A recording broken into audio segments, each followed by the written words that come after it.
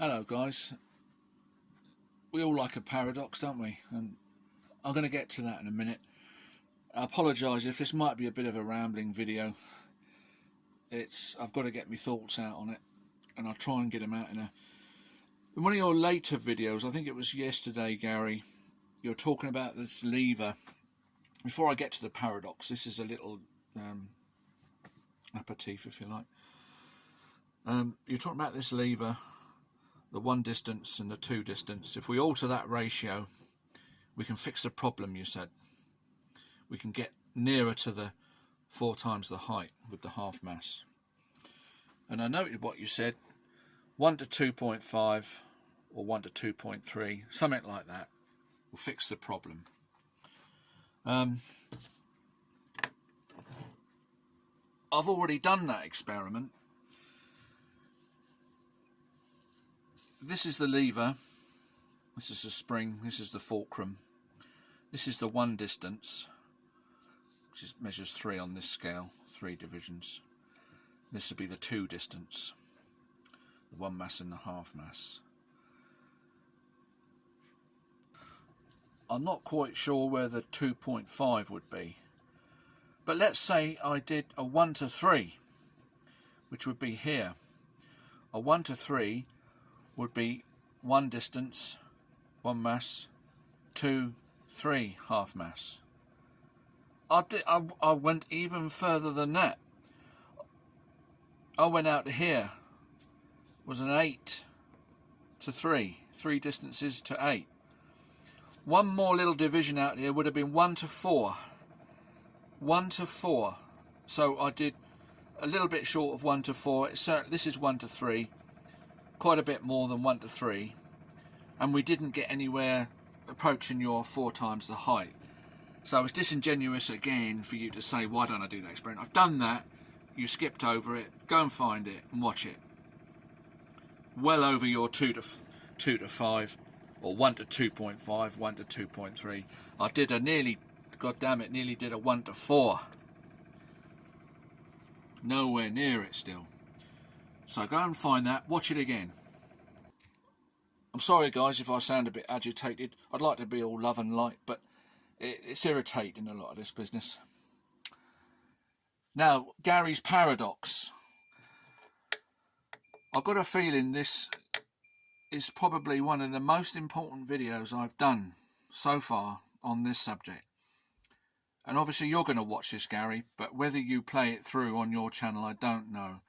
If you do watch it, when you get to your channel, you've already attacked it to the point where you can twist everything and skip over everything. You don't listen, you don't, But genuinely, from my heart, this is where you're created a paradox, which I'm sure, if you thought long enough about it, you have to concede you're wrong. And you do like thinking about things. Yeah, I've given you that again. You like thinking about things. But I'm going to show you where you're going wrong with this colliding the masses business. It is a funny one. It's easy to make a mistake. I probably looked at it and confused myself thinking about it. But with clarity of thought, logic and reason, listening, thinking, zipping your mouth up, you will understand it. And I'm not going to attack you like you do to me. If I've made an honest mistake, I've come on here and I've apologised and said, I'll hold my hands up. You can't do that. It's your modus operandi to keep going on the attack and bringing things up. And while we're at it, one of the mistakes that I made in measuring the heights to drop masses from, you've gone on and on and on about it, how I can't be trusted for making such a silly mistake. Well, we're going to get to your paradox in a minute, and God knows what I would say about you, or anybody would, for the mistake you're making, but I'm not going to. I'm going to leave that in your realm. But going back to this, we'll get to it in another video, but I believe that not just was I wrong, but you are also wrong. I had the weights above the line or below the line and corrected me and had to put them above the line. I believe that is wrong. And we'll get to that in another video. So when that is shown as wrong, what am I going to do? Can you keep going about how stupid you are? Shall I do that? Would that be fair? No. We'll see. But we'll get to that later on. This is now the Gary's paradox. And I think I've been over this before. And we're going to go over it again. And forgive me for my drawings, they're a bit naff and a bit rubbish. I didn't put too much effort into them because I'm short of time, frustrated, one thing and another. But excited because this is a complete debunk of bad thinking, bad logic, bad reason. So I'm helping you. You're not going to pay me for it. God knows what it would cost you for someone to pay a professional to put you back on track with your thinking. It's worth a lot of money, I would think. We got one mass coming along from left to right. And you can keep talking over this, and you will. You deal with it honestly. Do yourself a big favour. One mass coming along left to right. It's got 10 velocity.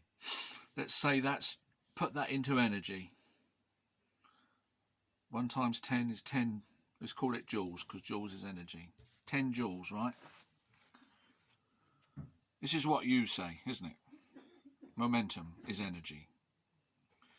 We're dealing with the energy now. 1 mass, 10 velocity, 10 joules. Right, Gary? So if this mass come along here and knocked in some pins, as you put it, bowling pins, it knock all 10 over. 1 joule a pin. We've done that work. Knock 10 pins over. 10 joules of energy. Right, Gary? Up here again, left to right. We're going to drop another 1 mass on here, onto this mass. We forget what energy it took to drop, lift, and and collision. Let's make it a perfect conjoining. What should we call this action? This is can't think of a word, pre-joining. I don't want to use collision because you'll start saying, there's always energy loss with a collision. So let's not say that.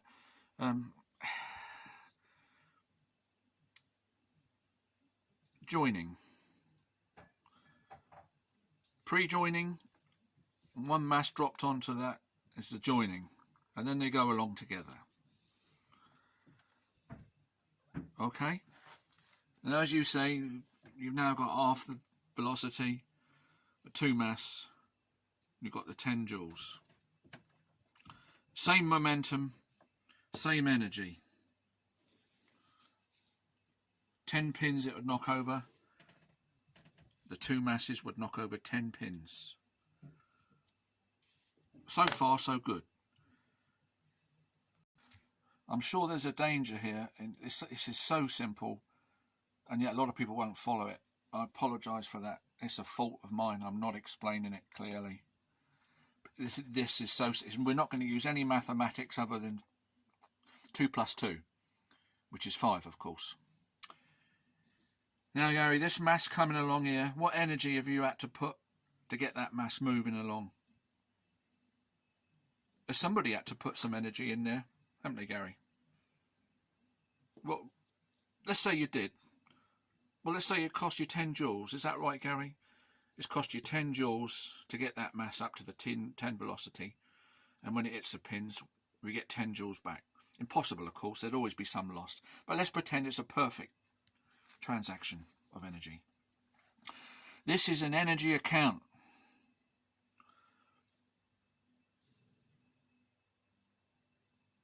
This has got the 10 joules. When this... Yeah. Do you agree that it always costs and there's always an energy cost to moving a mass.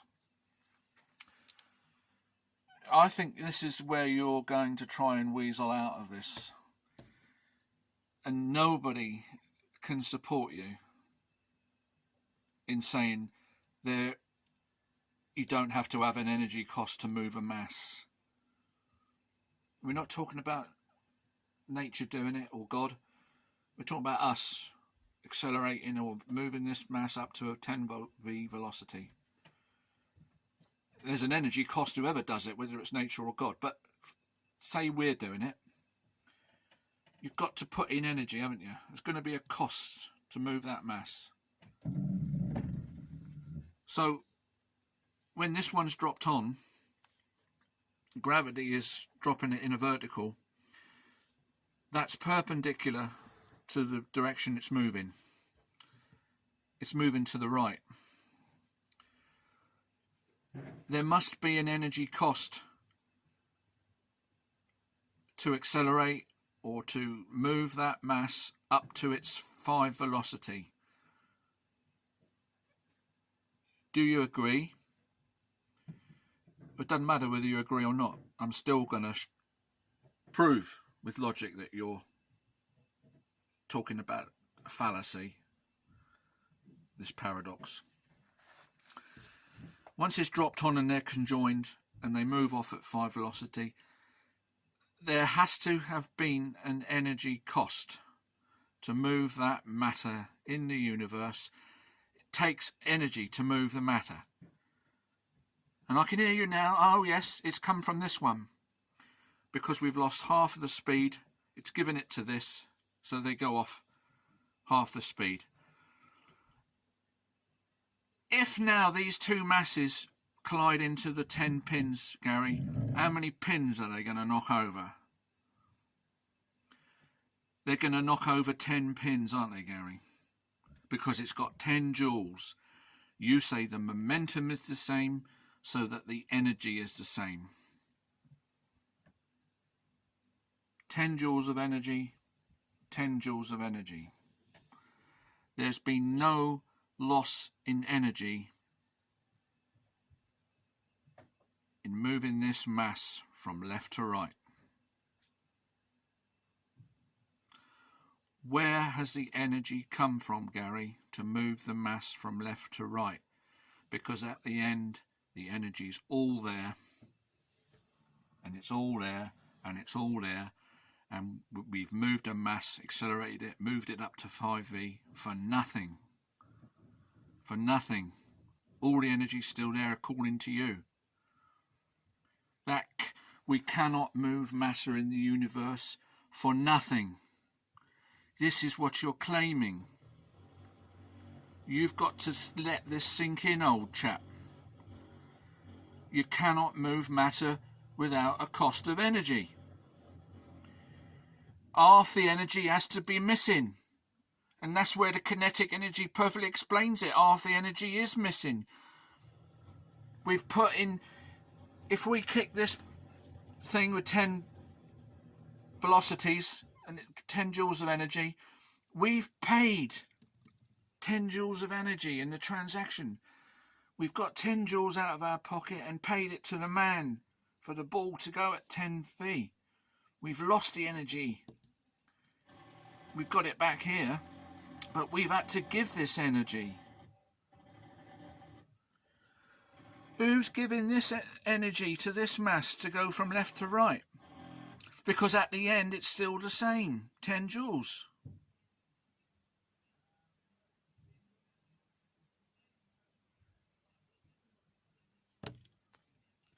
It always costs energy to move a mass, whether we get it back or not. This one has got to be accounted for, the energy. It's not coming out the total of the final. Where's it come from? Kinetic energy explains it perfectly. You've lost half the energy in moving this mass. Now then, what more can I say?